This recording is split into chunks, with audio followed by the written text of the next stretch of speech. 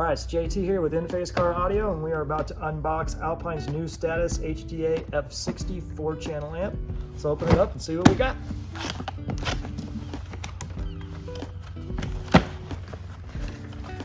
Alright, kind of similar packaging to the X with the stuff kind of wrapped up inside of here.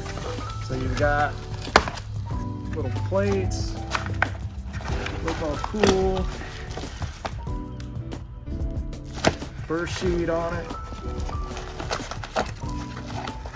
Here's all your power plugs. Alright, on to the good stuff. Let's pull that out of there. Alright, here she is.